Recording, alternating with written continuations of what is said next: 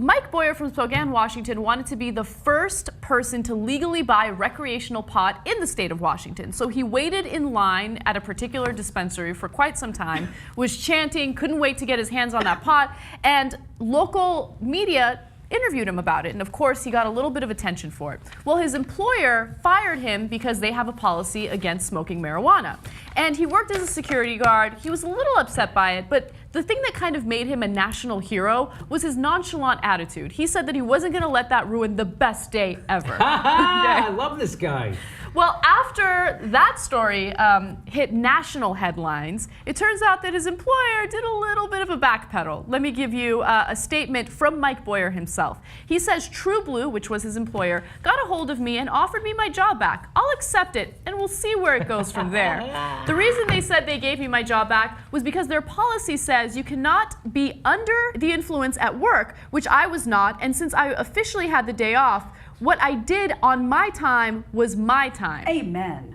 They gave me my job back and even gave me a day's worth of pay that I missed. And what I love about this story is he got his job back, he's a security guard again, everything's hunky-dory, but he's like, you know, now that I got a little bit of attention, I had my 15 minutes of fame, maybe I can cash in and be part of the marijuana industry now. Oh, yeah. So I'm sure he'll get many offers since he's such a great guy. I said this yesterday, I think it bears repeating. This guy should not be hired as a security guard. And to that end, remember his chant, what do we want? Marijuana. When do we want it? 2 p.m. Yes. That was his chant. Well, it was his day off. Like, if it's your day off, it's like fair game. Oh, you can wake and bake, do whatever you want. You're not on the clock, right? What would be your objection to this gentleman being a security guard? The high level, very important job that Gary Coleman once performed. What would be... Should somebody hire you as a security guard? I think I would be better stoned than most of the security guards sober. And let's not forget that John F. Kennedy used to go see a doctor named Dr. Feelgood, right, who had him so hopped up on the goofballs.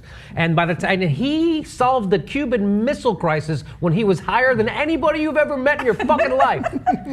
So let's remember that, okay? Drugs sometimes can help solve missile problems. That's what I say. That's what we need. We need to send some weed over to ISIS. That's what we need to do, right? They've never had weed. That's the problem, That'll too. calm them down. A, 91% joking. B, I know. 9%.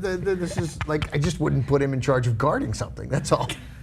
Like the traditional security guard, like making sure nobody gets to anything. He's obviously motivated when he can perform a task. I mean, there's a guy with dedication. He was the first one in line, and he was out there. He waited 19 hours. He didn't wake up after 2 days after, like.